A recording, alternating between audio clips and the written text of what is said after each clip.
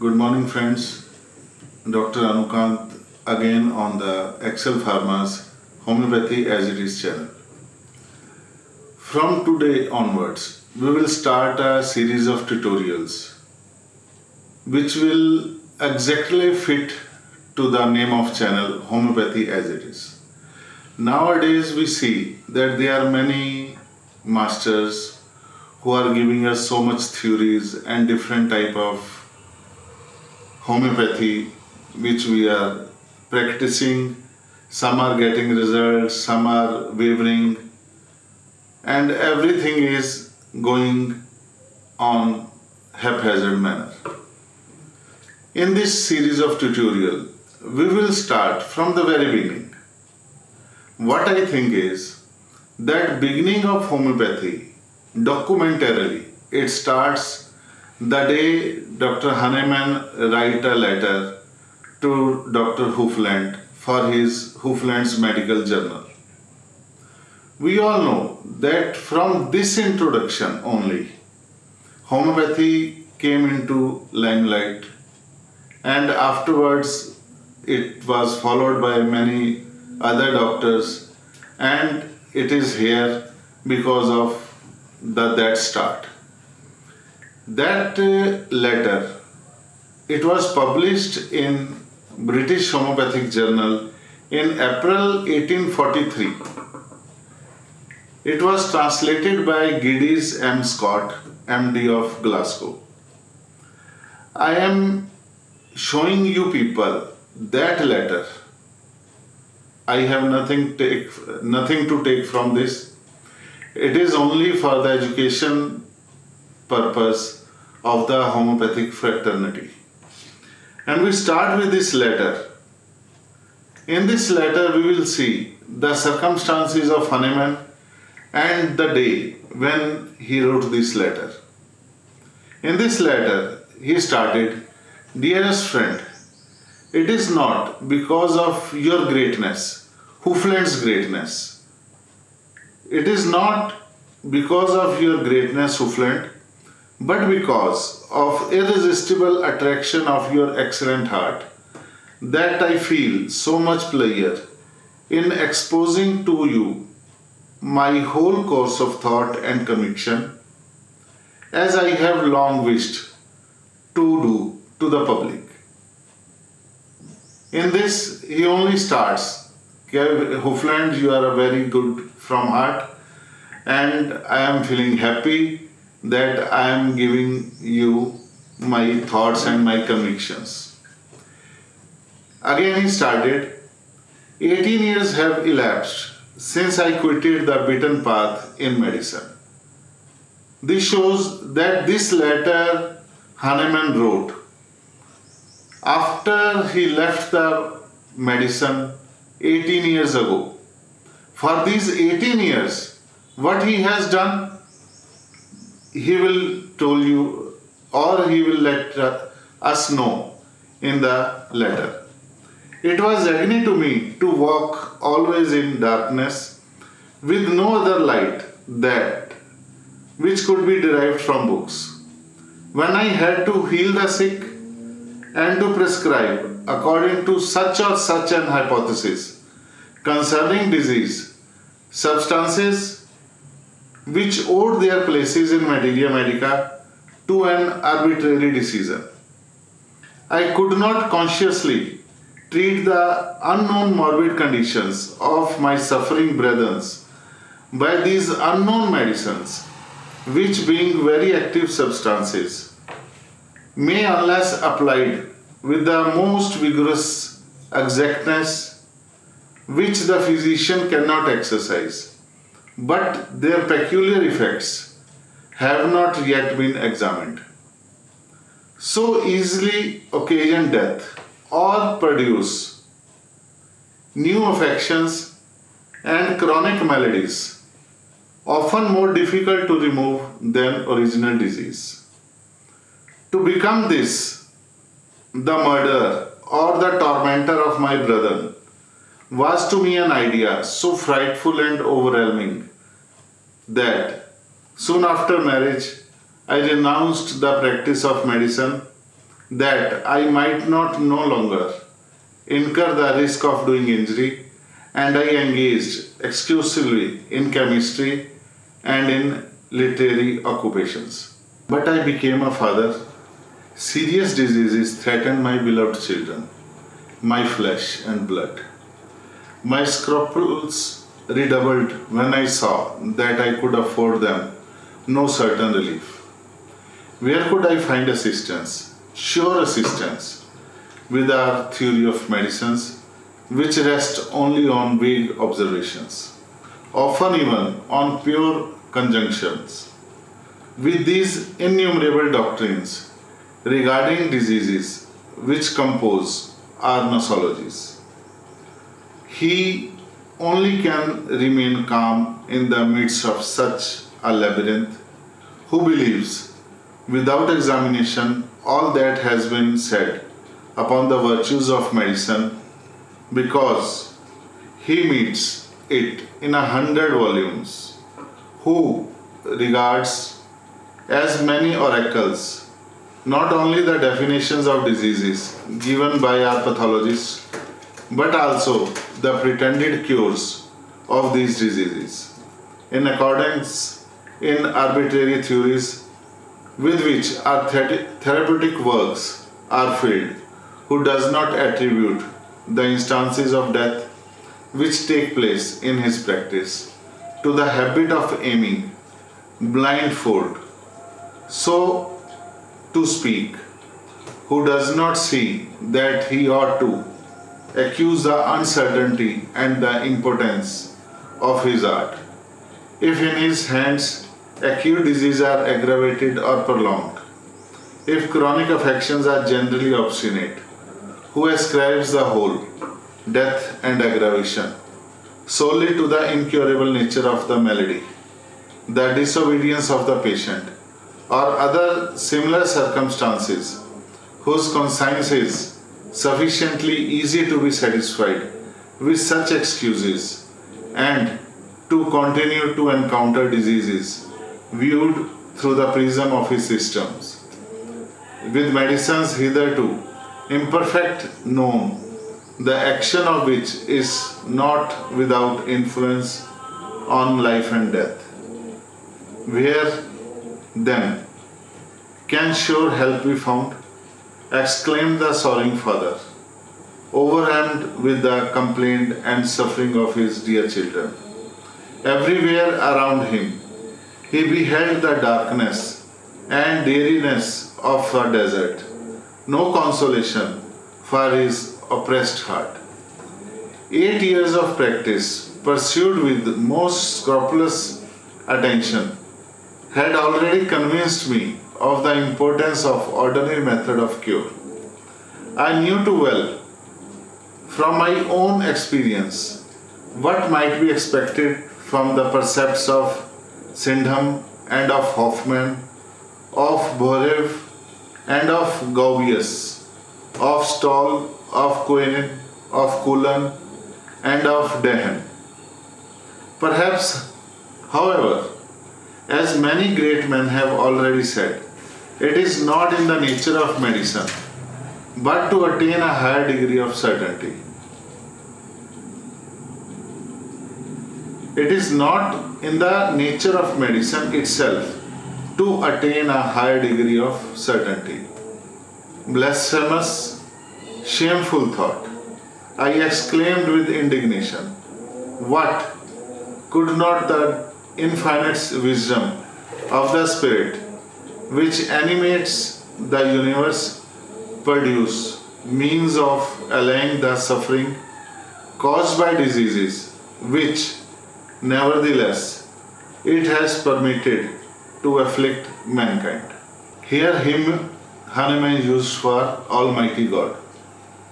Is it possible that the sovereign paternal goodness of Him whom no name can worthily designate, who provides liberally for the wants even of animalcule invisible to us, who sheds with profusion life and well-being through all the creation, shall be capable of an act of tyranny and not have willed that man, made after his image, should be able, with the divine inspiration which penetrates and animates him, to find in the immensity of creating things means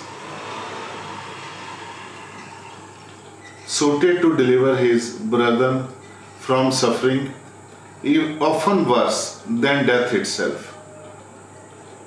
Could he, the Father of all, behold with indifference the martyrdom to which diseases condemn the best beloved of his creatures, and not permit the genius of man, which, however, makes all things possible, to discover an easy and sure method of contemplating them under their real aspect, and of examining medicines to learn in what case each of them may be useful, may furnish a real and certain assistance. I had rather renounce all the systems in the world than admit such a blasphemous idea. No, there is a God, a good God, who is goodness and wisdom himself. There must therefore be some method of his own appointment of contemplating diseases under their true aspect and of curing them with certainty. A method which shall not be hidden in endless abstractions and in purely imaginary hypotheses. Here Hahnemann hints that he has found a way in which we have certainty to cure or to give relief to a patient.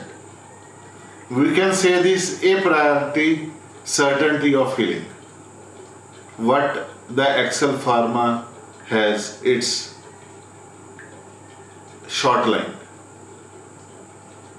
A priori certainty of healing. But why has this method not been discovered during the 20 or 5 and 20 centuries in which men have called themselves physicians? Because it is too near us and too easy. Because to attain it, there is no need of brilliant sophism or seducing hypothesis. Here he gives hint that the method of medicine which he is going to introduce, it is so simple and so easy. It does not need any hypothesis or brilliant sophisms or, as he says, seducing hypothesis that you have to do like this. Well, said I to myself, since there must be a sure and certain method of cure, as there is God, the wisest and best of beings, I will quit the barren field of ontological explanations. I will listen no longer to arbitrary opinions, with whatever art they may be reduced into systems. I will no longer bow before the authority of celebrated names, but I will seek near at hand, where it ought to be found. This method of which no one has thought, because it was too simple, because it did not appear sufficiently learned, because it was not surrounded with crowns for the masters in the art of constructing hypotheses and scholastic abstractions. It could be suited only to me who would not to comply with the system or to flatter a teacher, expose my children to the danger of death, with which they were threatened by the ordinary practice. Hence I derived no vanity from the little book in which I made known this method, the medicine of experience. It sufficed me to have found it, to have presented it to my brethren under the simple forms which belongs to the truth, and to have opened to them a new path.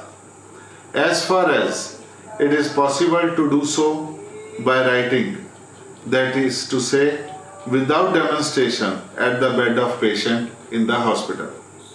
My own entrance on this new path was by following train of reflections. By what means, I said, shall I ascertain for what morbid states medicine have to be created? Shall I employ experimenta per mortis in the diseases themselves? Oh no. The 5 and 20 centuries during which this way alone has been followed shew plainly enough that such experiments lead only to illusions and never to certainty. I must observe, thought I, the manner in which medicinal substances act upon the body of man in the tranquil state of the health. The changes which they then occasion do not certainly take place in vain. They must signify something, for otherwise, why should they be effected?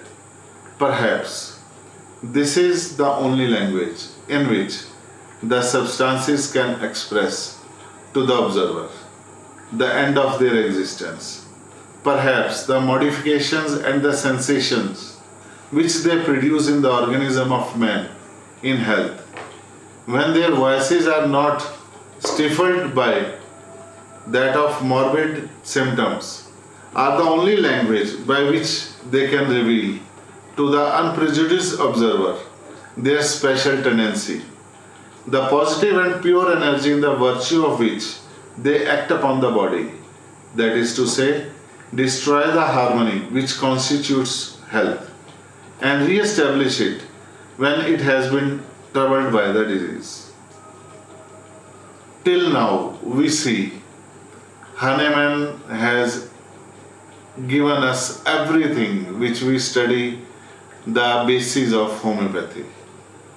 He has told what is the language of symptoms, what is the energy, what are the quality that is being unprejudiced observer of a physician. He says all these things are simple.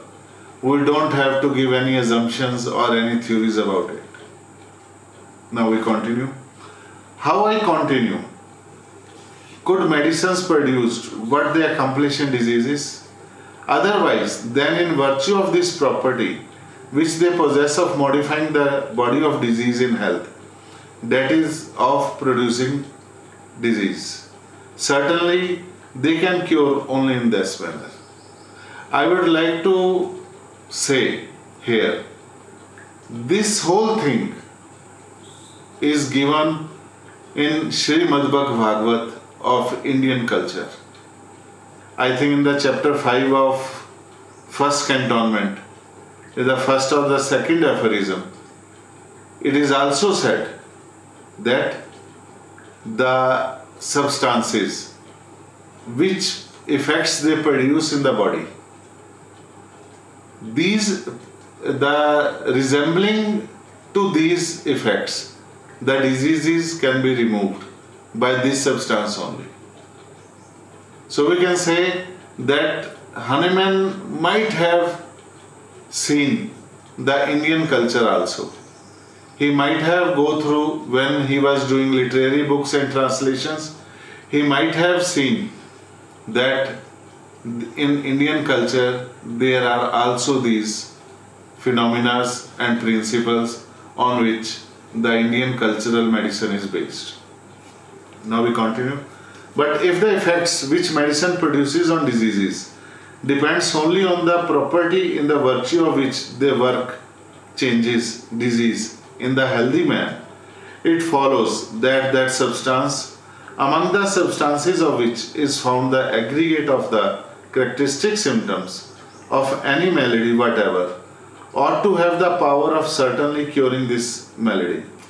Since there is a very great analogy between the accidents to which this last gives rise and those which itself excites in the healthy man, it follows in a word that medicines can cure only diseases analogous to those which they are themselves capable of producing, and that they occasion only those morbid effects which they have the power of curing in diseases. If I do not deceive myself, I continue, it must be so. For otherwise, how shall it be possible that a tertian and quadritian fever, which I radically cured some week ago by 1 or 2 drops of tincture of cinchona, should offer symptoms almost identical with those which yesterday or today I have observed on myself when, for experiment, I have taken in small quantities 4 drams of good cinchona, being in sound health. After this, I set myself to collect the symptoms which had been observed from time to time to result from medicine introduced in the stomachs of healthy men, and which have been casually mentioned in the books. But as I obtained in this manner only a very small number of instances, I began to try several medicine substances on healthy subjects, and I observed the symptoms they occasioned corresponded wonderfully with the morbid states which they could easily and permanently cure. I could not then do otherwise than regard as an incontrovertible proposition that we ought to renounce all ontological decision on the disease, a subject for ever enigmatical, that it is sufficient for him to desire to cure, to consider each malady as a group of symptoms and sensations, in order to be able to destroy it without resistance, with the aid of medicine, substance capable of producing by itself analogous morbid symptoms in the healthy subject, always on the condition that the patient avoids the appreciable causes of this malady, if he would have the permanent cure. I discerned that this method of contemplating maladies by embracing all the symptoms included in each particular case was the only exact one, the only one likely to direct to the cure. That the forms of disease admitted into our nosologies, those portraits composed of detached fragments of different cases, ought no longer to impede our forming a true idea of the diseases presented by nature at the bed of the patient. That therapeutic doctrines, with their imaginary indications of cure, could no longer lead to conscientious physician into error, and that we need no longer lose ourselves in metaphysical and scholastic discussions on the first impenetrable cause of maladies, that hobby horse of rationalism which has never conducted to any but chimerial methods of treatment. Look, here the Hahnemann has told us that there is only one way to the cure, and that is the way he is going to teach us. Next, I discerned that the only method of cure was found without any addition on the part of man, without the least varnish of science. Here he clearly says that there should not be any addition from anyone, or there should not be a varnish or paint of any science on the symptoms of the patient. But this road had never yet been followed, and he is clearly saying that this road is never being followed.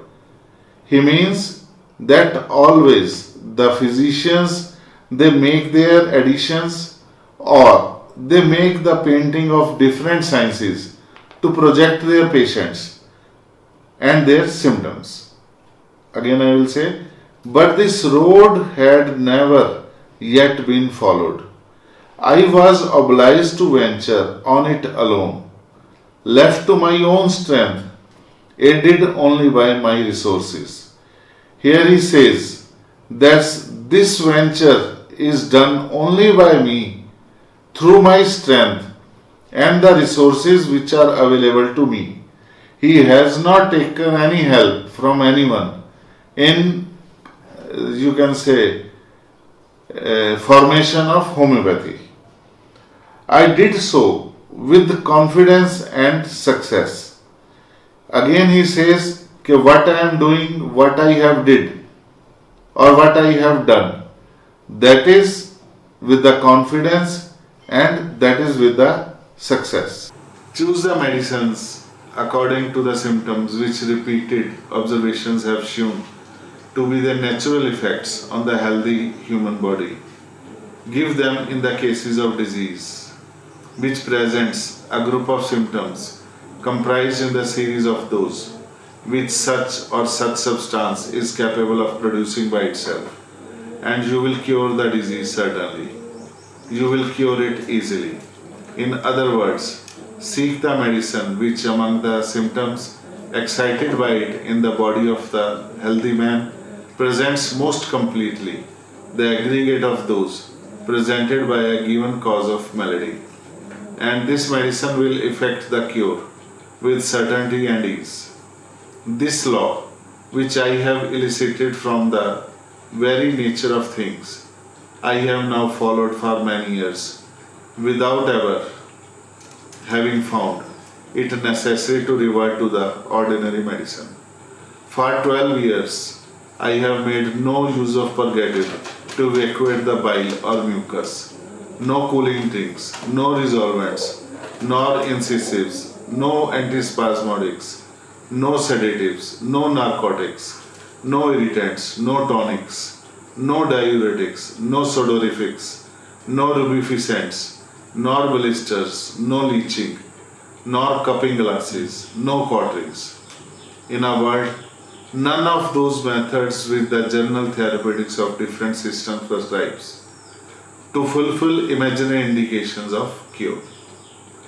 For a long time, I have cured solely in obedience to the nature of law which I have just announced, and from which I have not deviated a single instance.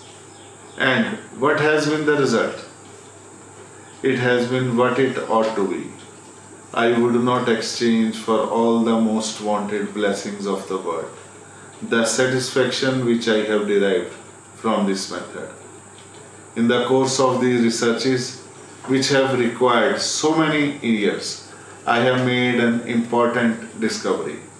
I have observed that in acting on a healthy man, medicinal substances give rise to two opposite series of symptoms, some of which immediate appear or very shortly after the substance has been introduced into the stomach or placed in himself in contact with any part whatever, whilst other entirely contrary manifest themselves shortly after the disappearance of the former. I have determined, moreover, that the only case in which the medicine afford permanent relief is that in which there is an accordance between the symptoms occasioned during first hours of their action on the healthy substance and those of the disease which we would oppose, because then this last is annihilated with an incredible promptitude by the very analogous malady to which the medicinal substances gives rise. This is what I call the curative or radical method, because it alone cures in the durable manner with certainty and without bad consequences. On the other hand, I have also observed what it is now easy to foresee, that following the contrary course, which is that adopted commonly by the school, contraria contraris curentur, that is to say, in opposing the primitive effects of medicines to contrary morbid symptoms, as, for example, opium to habitual sleeplessness or chronic diarrhea, wine to an inveterate debility, purgatives to habitual causativeness, we only obtain a palliation, an alleviation of merely a few hours, because after this time has elapsed, the second period of the medicinal action arrives, which brings the contrary of the primitive effect, that is, a state analogous to that of the disease we oppose, and which consequently can't fail to increase the disease. Whenever the ordinary practice encounters the symptoms by medicines, it does so only according to the rules sanctioned by custom, that is, in a palliative manner. Hitherto, it has not known the curative method which I have just indicated. But this discovery is so important that if put in practice, experience would soon teach everyone that it is only the applying medicines according to the curative method, similia similibus, that a durable result can be obtained in a short time and by the aid of very weak doses, whilst the palliative method, followed by all physicians without exception, can relieve only for few hours, after which the evil reappears more powerful than before, unless, which often happens, the physician prolongs this transition amelioration for a few days by repeating and each time augmenting the dose. But on the other hand, by these strong doses of medicine, which are not curative nor homeopathic, he excites as consecutive effects new morbid states, which are frequently more difficult to cure than the original malady and which not unfrequently terminate by death. We see without further argument that this palliative method cannot be at all efficacious in chronic diseases, nor restore to perfect health those afflicted by them.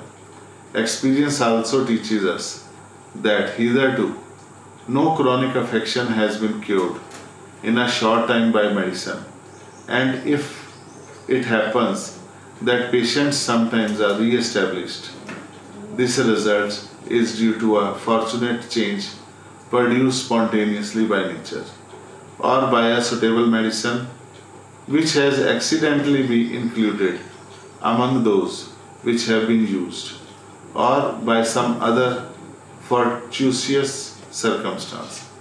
Besides these injuries, often irreparable, which the palliative method inflicts on the health of man, it has further the inconvenience of consuming incredibly quantity of an expensive medicine, which it obliges to lavish in doses, sometimes enormously large, to produce only some appearance of a favorable result.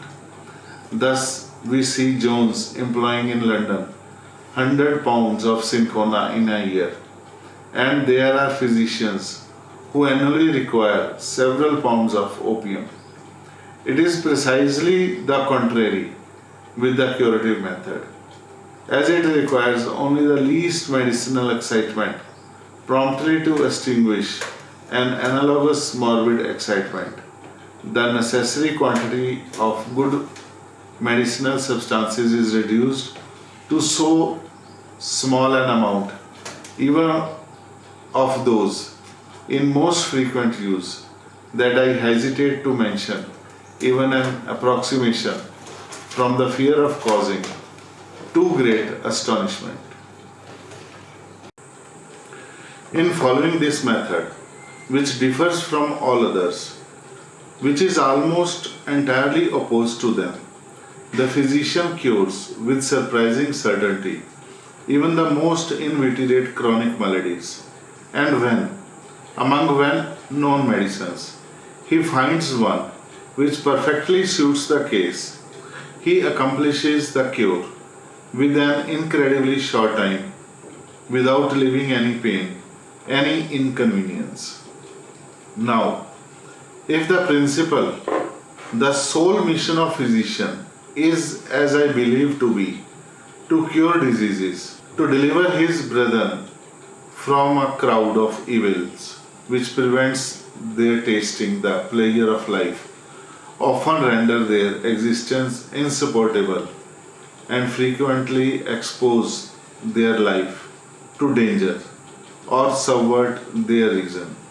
So can he, in whom bosom beats a heart endowed with sensibility, or burns with the smallest spark of those noble sentiments which inspire in man the desire of being useful to his fellow creatures, hesitate for a moment to choose a method infinitely better than all others, and to trample under foot of dogmata of schools, even although they boast of 1,000 years duration.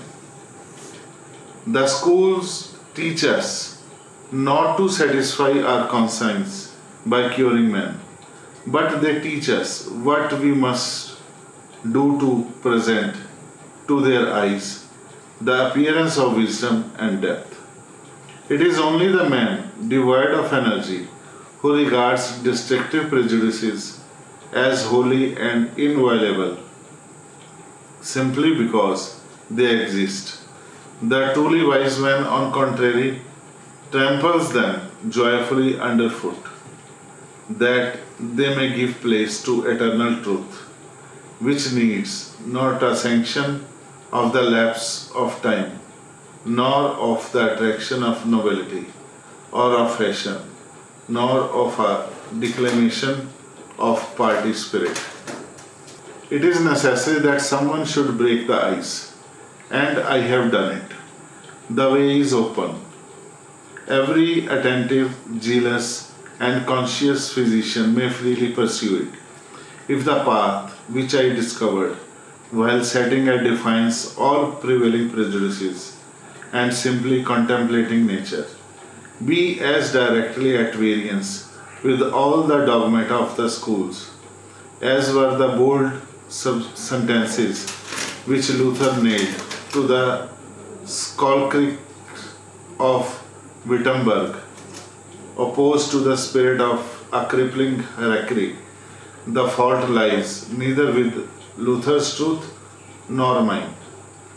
Refute these truths, if you can, by showing a still more efficacious, certain, and agreeable method than mine.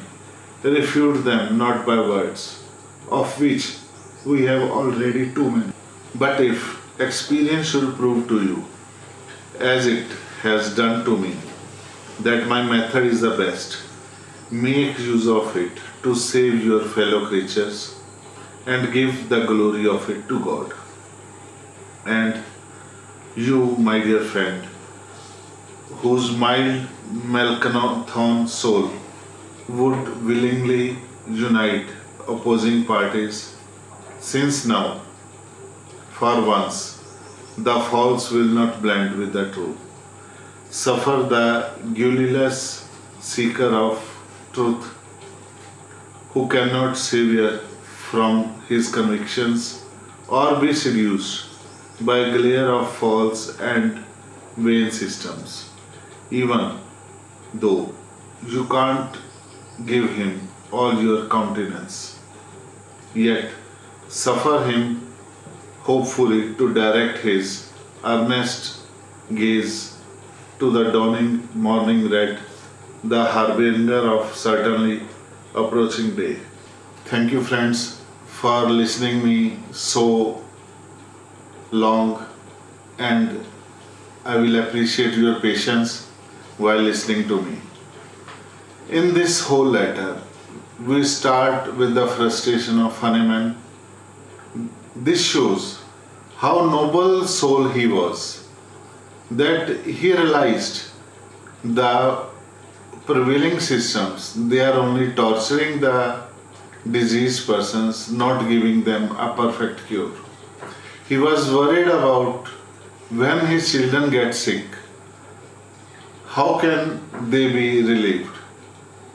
He was so much concerned. It is a frustration of a father who has to find a gentle way to give his children in time of disease. After that, he followed that there must be a certain way, and that certain way he finds in homeopathy. Thank you, friends, for listening patiently. This is the end of the letter which Hahnemann wrote to Hufeland to be published in the Hufeland's journal. In this letter of Hahnemann, we see that how a frustrated father or a noble soul of Hahnemann getting frustrated by the chemical effects of the prevailing systems, he left the line. After 18 years, the Hahnemann was such a noble soul that he realizes the prevailing systems of medicine, they are doing more harm than useful. So he left the line of medicine. He went into translations. There he found that there is a way. There is a certain way of healing. With this a priority certainty of healing, he formulated and he experimented on substances. On these substances, with the view that what different changes a substance producing in a human body, healthy human body, that substance is able to cure in the disease. This is similia, similibus, curentur.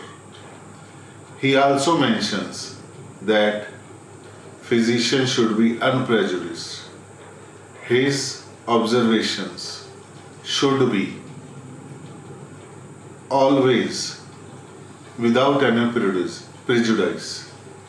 He should not see that if there is A symptom, B symptom, C symptom, then one medicine is given, and whenever somebody comes with A, B, C symptoms, you just give medicine number 1. He says, for every patient, we have to look into his individualization, his symptomatology, and then find his medicine.